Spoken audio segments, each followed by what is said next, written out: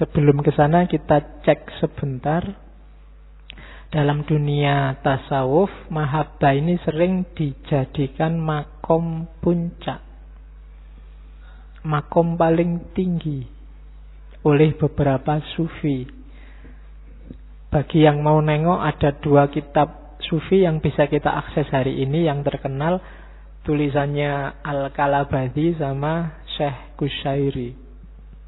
Jadi seorang sufi itu memulai perjalanannya dari taubat dan akhirnya adalah mahabbah. Berarti orang yang sudah mencapai makom mahabbah itu punya semua kualitas sebelumnya. Mereka sudah tobat, setelah tobat terus zuhud, setelah itu sabar, setelah itu fakr.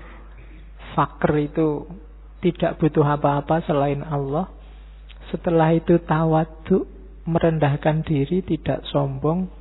Baru khauf, baru takwa, baru terus ikhlas. Setelah ikhlas syukur, setelah syukur tawakal, di atas tawakal ada ridho, terus yakin, baru unskorb. Unskorb itu dekat sekali sama Allah. Uns itu artinya jinak. Jadi dirinya sudah terjinakkan sehingga dekat sama Allah. Dan kalau sudah begitu, bisa masuk ke makom selanjutnya, mahabbah. Jadi tidak sederhana untuk jadi seorang sufi. Saya tidak tahu, setiap makom itu bisa bertahun-tahun. Dan dari setiap makom biasanya nanti ada akhwal. Kalau Al-Qushairi lebih panjang. Ada tobat, setelah taubat mujahadah, setelah itu kholwat, setelah itu uzlah, setelah itu takwa, baru warok, terus zuhud, terus khauf, setelah khauf rojak, setelah rojak qanaah, setelah itu tawakal, setelah itu syukur, baru sabar, terus muraqabah, terus ridho, terus ikhlas, zikir, fakir, mahabbah. Dan puncaknya mahabbah itu syauk. Syauk itu ya kerinduan yang dalam pada Allah. Jadi sebenarnya jadi satu. Kalau sudah mahabbah ya pasti dia mengalami syauk. Itu Al-Qushairi. Jadi dalam dunia tasawuf, mahabbah derajatnya tinggi, makomnya tinggi. Ada yang bilang syauk itu akhwal. Kalau kita nyampe di makom mahabbah, kita akan dianugerahi oleh Allah syauk, kerinduan yang senantiasa pada Allah. Ini makom. Dan ya pelan-pelan, step by step, tidak usah kemaruk. Bagi yang mau jadi sufi, direntet satu-satu, dihatamkan dulu per bab. Setelah tobat, mujahadah. Setelah mujahadah baru kholwat, uzlah. Terus takwa, terus warok, terus step by step. Kadang-kadang kan kita kemaruk. Kemaruk itu saya sekaligus semuanya, Pak. Saya yo tobat, yo ikhlas, yo takwa. Situ alamat besok bubar mesti. Ya. Jadi harus pelan-pelan, yang sabar. Ya, karena menghatamkan satu aja bisa bertahun-tahun. Tobat aja kan ya tidak sederhana. Ya tiap hari kita maunya si tobat, habis sholat istighfar, tapi kan itu belum tobat. Masih mohon ampun pada Allah. Bisa ya, bisa enggak, bisa diterima, bisa enggak. Jadi belum masuk ke level makom taubat. Nanti ada syaratnya sendiri, ada rukunnya sendiri. Yang jelas Robi'ah menambahkan variabel utama yang itu ada di puncaknya dalam tradisi tasawuf. Oke, pelan-pelan. Jenisnya ini saya ambil dari Abu Nasr As-Sarraj. Jenisnya mahabbah yang puncak itu ada 3. Ada orang awam, ada orang siddiq, ada orang arif. Cirinya beda-beda. Makomnya semakin ke bawah semakin tinggi. Kalau orang awam itu jatuh cinta level pertama. Jatuh cinta level pertama itu selalu teringat batinnya, selalu teringat Allah, mulutnya selalu menyebut nama Allah.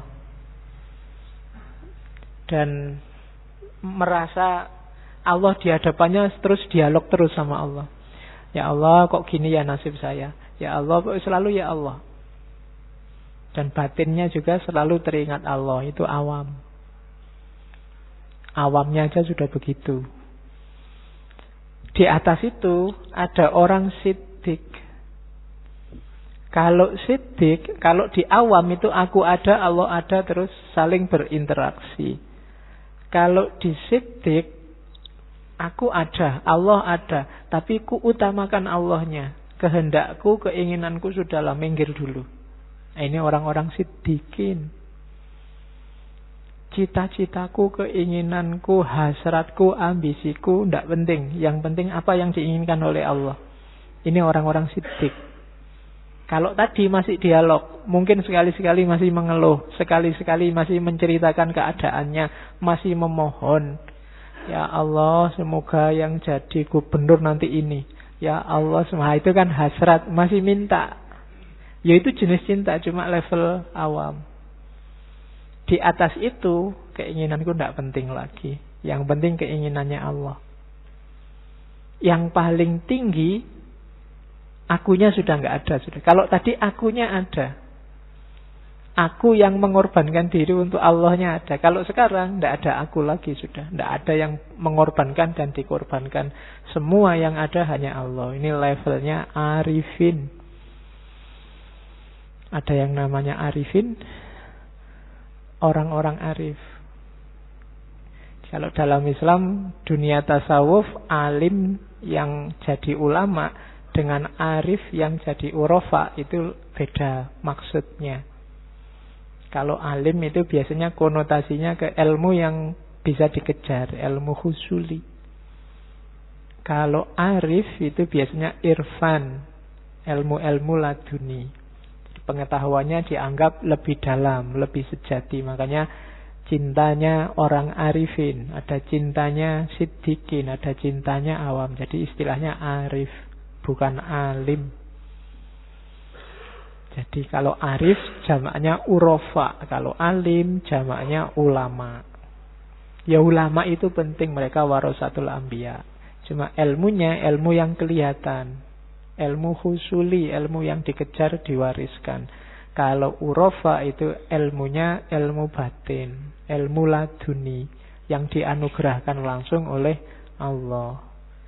Alim itu kayak makom, kita yang mengejar. Kalau irfan itu kayak akhwal, Allah yang menganugerahkan. Ya, harus ada usaha dari kita, baru Allah nanti ikut intervensi, nanti jadi urofa. Oke, jadi jenisnya itu mahabbah itu. Kalau kita mungkin awam saja belum. Jadi kita paling masih pra-awam. Ya kan, kamu kan masih belum berani bilang saya jatuh cinta sama Allah. Karep kita masih banyak. Allah masih belum selalu nomor satu dalam hidup kita. Ya pelan-pelan. Jadi hari ini kan kita selalu sibuk dengan hal-hal yang tidak esensial. Ya pelan-pelan belajar. Ngaji kayak gini, tema-tema kayak gini kan kelihatan tidak penting hari ini. Mungkin politik lebih penting. Kuliahmu mungkin lebih penting. Masa depanmu lebih penting.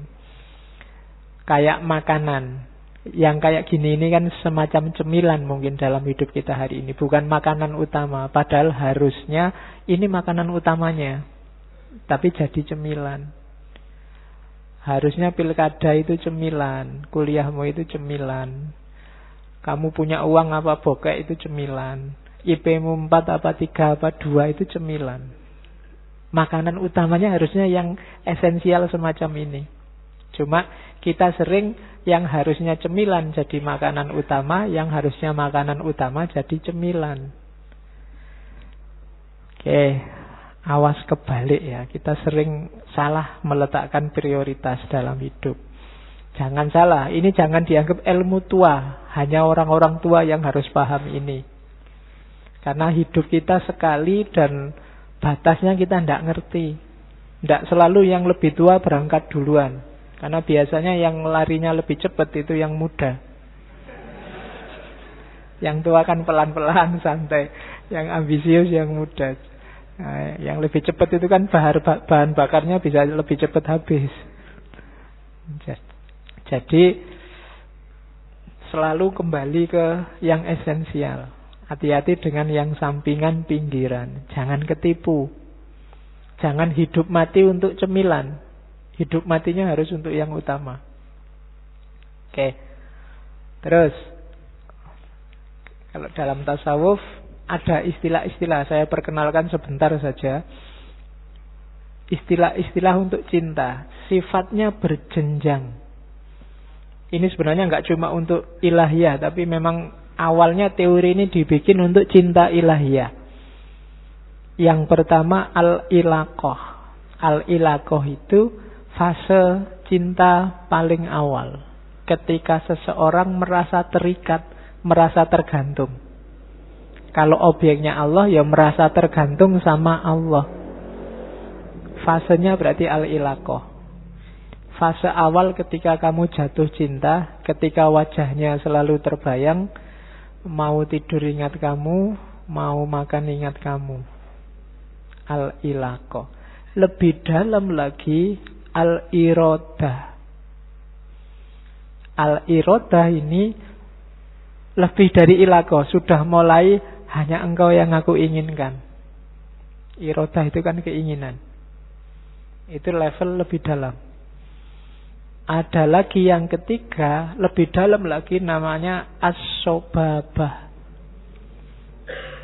As-sobab, sobba ya subuh, ketercurahan.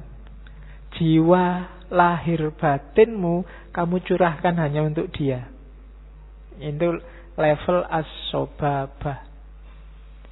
Lebih dalam lagi ada al-ghorom. Ghorom itu nyala. Jadi sekarang kamu hidup demi dan hanya untuk cinta. Cintamu menyala terus. Itu al-ghorom. Lebih dalam lagi al-widad, yang nanti jadi mawaddah. Arti asalnya kelembutan. Kelembutan itu berarti apa? Cinta yang tulus, tidak ada pamrihnya apapun. Lebih dalam lagi namanya as-syaghaf. Syaghaf ini cinta yang mendarah daging sudah. Gen masuk. Makanya waktu majikannya Nabi Yusuf itu jatuh cinta sama Nabi Yusuf, kan ada istilah qad saghafaha hubba. Jadi sudah terkiwir-kiwir sudah. Segalanya hanya dia, itu saghaf namanya. Oke. Lebih dalam dari saghaf ada ishq. Ishq ini ayat cinta yang memabukkan. Orang mabuk itu kan sudah lupa kiri kanan. Pokoknya semuanya tidak penting. Dunia hanya kita berdua. Itu ishq. Apapun, kapanpun, dimanapun, hanya engkau yang kurindukan. Itu ishq. Lebih dalam dari ishq, tayammum. Bukan, ini tidak ada hubungannya sama wudu ya. Tayammum itu perendahan diri. Kamu tunduk, kamu takluk di depan dia. Disuruh apapun oke mau. Jadi dia menyuruh apapun, kamu diminta untuk apapun terserah. Diperbudak pun tidak apa-apa. Itu namanya tayammum. Lebih dalam dari tayammum, ta'abbud. Kalau ta'abbud itu jangankan disuruh, tidak disuruh pun apa kebutuhanmu tak layani. Itu ta'abbud. Puncaknya al-khullah. Kalau khullah, yo itu kan nanti jadi kata-kata khalil itu. Khalilullah kayak Ibrahim. Kalau al-khullah itu sudah kemana-mana berdua sudah. Tidak akan ada aku tanpa kamu.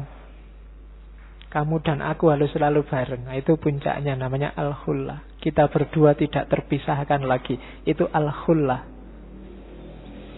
Nah, ini level-level kedalaman cinta. Ya silahkan kamu analisis sendiri kalau yang punya pacar atau ada yang dicintai, dalamnya sampai apa? Apa dalamnya sampai irodah, apa ilaqah, sobabah, atau jangan-jangan sudah tayamum atau ta'abud. Ya, sama Allah juga begitu. Kamu sama Allah itu sudah ilaqah, atau lebih dalam lagi irodah, atau hidupmu hanya untuk Allah, sobabah, atau gharam, menyala terus kerinduanmu pada Allah, atau widad, dan seterusnya.